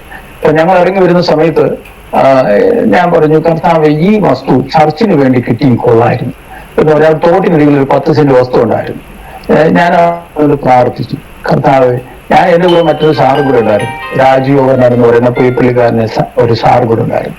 ഞങ്ങൾ അവിടെ ഒന്ന് കൈ ഉയർത്തി പ്രാർത്ഥിച്ചു, കർത്താവ് ഈ വസ്തു ചർച്ചിന് കിട്ടിയാൽ നല്ലതായിരുന്നു എന്ന് പറഞ്ഞ് പ്രാർത്ഥിച്ചു. പിന്നത്തേത് ചില വർഷങ്ങൾ കഴിഞ്ഞതിന് ശേഷം ഞങ്ങളെ കൈകാല് വിട്ടു എന്ന് പറഞ്ഞ സ്ഥലത്ത് ചില വർഷങ്ങൾ കഴിഞ്ഞതിന് ശേഷം ന്യൂ ലൈഫിന് ആ വസ്തു വാങ്ങാനും അവിടെ ചർച്ച് പണിയാനും അവിടെ ആരാധന നടക്കാനും ദൈവമിടയാക്കി. അങ്ങനെയുള്ള ഒത്തിരി സാഹചര്യങ്ങൾ ജീവിതത്തിലേക്ക് കടന്നു വരാനിടയായി തീർന്നു. പിന്നെ അതുപോലെ എൻ്റെ സഹോദരങ്ങൾ, ഇപ്പോ എൻ്റെ ജ്യേഷ്ഠനുണ്ട്, എൻ്റെ അനിയന്മാർ 2 പേരുണ്ട്. അവര് കുടുംബത്തിൽ താമസിക്കുന്ന 2 പേര്. ഒരാള് ഇവിടെ പുയ്യപ്പള്ളിയിൽ കുടുംബമായിട്ട് താമസിക്കുന്നു. ഞങ്ങളങ്ങനെ കർത്താവിന്റെ വേല ചെയ്യുകയാണ്. ഞാൻ സമയം എൻ്റെ സാക്ഷ്യം നിർത്താൻ താല്പര്യപ്പെടുകയാണ്. അപ്പം പ്രാർത്ഥനയിൽ ഞങ്ങളെ ഓർക്കണം എന്ന് ദൈവനാമത്തിൽ അറിയിക്കുന്നു. ഒത്തിരി അനുഭവങ്ങൾ അങ്ങനെ മുമ്പോട്ട് പോകുമ്പോൾ കർത്താവ് പറഞ്ഞ എനിക്കൊരു വീടിന് വേണ്ടി ഒരു 2 വാക്കുകൾ പറഞ്ഞിട്ട്, അപ്പൊ ഞാൻ ഒരു വീടിന് വേണ്ടി ആഗ്രഹിച്ചു. ഈ കോവിഡ് സമയത്ത് ഞാൻ അതുവരെ വാടകയ്ക്കായിരുന്നു. കോവിഡ് സമയത്ത് അനേകര് രാജസ്ഥാനിലും മറ്റു പലയിടങ്ങളിൽ നിന്നൊക്കെ നാട്ടിലേക്ക് വരുമ്പോൾ സ്വന്തമായ വീടുകളിൽ അവരെ കയറ്റാതെയും വാടകയ്ക്ക് വീട് കിട്ടാതെയും കടത്തിനയിലൊക്കെ ഉറങ്ങിയ ഒത്തിരി ദൈവദാസന്മാരുണ്ട്. എന്റെ മനസ്സിലൊരു ചിന്ത, അപ്പോൾ എന്റെ മനസ്സിലൊരു ചിന്ത വന്നു, എനിക്ക് എന്തെങ്കിലും ഒന്ന് സംഭവിച്ചു പോയാൽ നാളെ എന്റെ കുഞ്ഞുങ്ങൾക്കൊരു വീട് പിന്നെയും വാടകയ്ക്ക് പോകണമല്ലോ എന്നൊരു ചിന്ത വന്നു. അങ്ങനെ ഞാൻ ദൈവസേന ഞാനും വൈഫുമായിട്ട് പ്രാർത്ഥിക്കാൻ പോയി, കർത്താവെ ഞങ്ങൾക്കൊരു വീട് സ്വന്തമായിട്ട് തരണം എന്ന് പ്രാർത്ഥിക്കാനിടയായി. വളരെ ആഴത്തോടെ പ്രാർത്ഥിച്ചു. 1 വർഷം കഴിഞ്ഞപ്പോൾ കർത്താവ് ഞങ്ങൾക്കൊരു വീട് തരാൻ ഇടയായി. ഞങ്ങൾ ആ വീട്ടിലാണ് താമസിക്കുന്നത്. ചർച്ച് തൊട്ടടുത്താണ് താമസിച്ചുകൊണ്ടാണ് ഞങ്ങൾ പ്രവർത്തിക്കുന്നത്. കർത്താവ് ധാരാളമായി അനുഗ്രഹിക്കട്ടെ. ഈ സമയം ഞാൻ എൻ്റെ സാക്ഷ്യവാചകങ്ങളെ നിർത്തുന്നു. ഇതുവരെയും എൻ്റെ വാക്കുകളെ ശ്രദ്ധിച്ച എല്ലാവർക്കും യേശുക്രിസ്തുവിന്റെ നാമത്തിൽ നന്ദി. ദൈവം നിങ്ങളെ അനുഗ്രഹിക്കുന്നതാകട്ടെ. ഞാൻ പറഞ്ഞത്, ജീവിക്കുന്ന ഒരു ദൈവമുണ്ട്. ആ ദൈവത്തിന് മാത്രമേ നമ്മുടെ പ്രശ്നങ്ങളെ പരിഹരിക്കാൻ കഴിയൂ.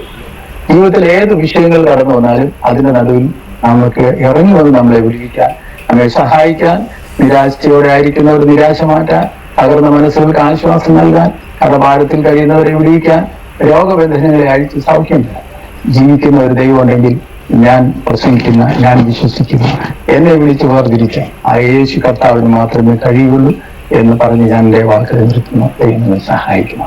ആമേൻ, ആമേൻ. ഓക്കെ, കർത്താവിന്റെ ദാസനെ ദൈവം സഹായിക്കട്ടെ. പിന്നെ ഈ ദേശത്ത് കർത്താവിന് വേണ്ടി നിലനിൽക്കുവാൻ, അനേകരെ ക്രിസ്തുവിന് വേണ്ടി നേടുവാൻ, സുവിശേഷം അറിയിപ്പാൻ ഒക്കെ ദൈവദാസനെ കർത്താവ് സഹായിക്കട്ടെ. God bless you pastor. ഒന്ന് പ്രാർത്ഥിച്ചാട്ടെ. ഹല്ലേലൂയ. ദേവദാസൻ പ്രാർത്ഥിച്ചാട്ടെ. സ്തോത്രം. പരിശുദ്ധനായ ഞങ്ങളുടെ ദൈവമേ, സ്വർഗ്ഗ പിതാവേ, ഇന്നത്തെ പകലിനായി ഞങ്ങൾ ദൈവത്തെ സ്തുതിക്കുകയും വാഴ്ത്തുകയും ചെയ്യുന്നു. ഇന്ന് പകലിൽ ജോയ്സ് ടിവിയിൽ കർത്താവെ എന്റെ അനുഭവങ്ങളെ പങ്കുവയ്ക്കാൻ ദൈവം നൽകിയ അവസരത്തിനായിട്ട് സ്തോത്രം. കർത്താവെ, ഈ ശബ്ദം ശ്രവിക്കുന്ന എല്ലാ പ്രിയപ്പെട്ടവരുടെയും ജീവിതത്തിൽ ദൈവത്തിന്റെ ആത്മാവിന്റെ ചൈതന്യം ഉണ്ടാകാൻ, അവരും ക്രിസ്തുവിനെ നേടാൻ കർത്താവയോട് നിലയാക്കണമേ. ദൈവരാജ്യത്തിന്റെ കൂട്ടവകാശികളാക്കി ദൈവം തീർക്കണമേ. ഇതിന് കർത്താവെ എനിക്ക് അവസരം നൽകിയ ജോയ്സ് ടിവിക്ക് വേണ്ടി പ്രാർത്ഥിക്കുന്നു. കർത്താവ് ഇത് പ്രവർത്തനങ്ങളെ അനുഗ്രഹിക്കണമേ. എല്ലാവരെയും ദൈവകരങ്ങളിൽ ഏൽപ്പിക്കുന്നു. അങ്ങയുടെ നാമം മാത്രം മഹത്വമെടുക്കാൻ കർത്താവ് സഹായിക്കണം. പ്രാർത്ഥന കേട്ടതിനായി സ്തോത്രം. യേശു കർത്താവിന്റെ നാമത്തിൽ പിതാവേ കേൾക്കണമേ. ആമേൻ. ആമേൻ. ഓക്കെ, താങ്ക് യു പാസ്റ്ററെ. കർത്താവ് സഹായിക്കട്ടെ.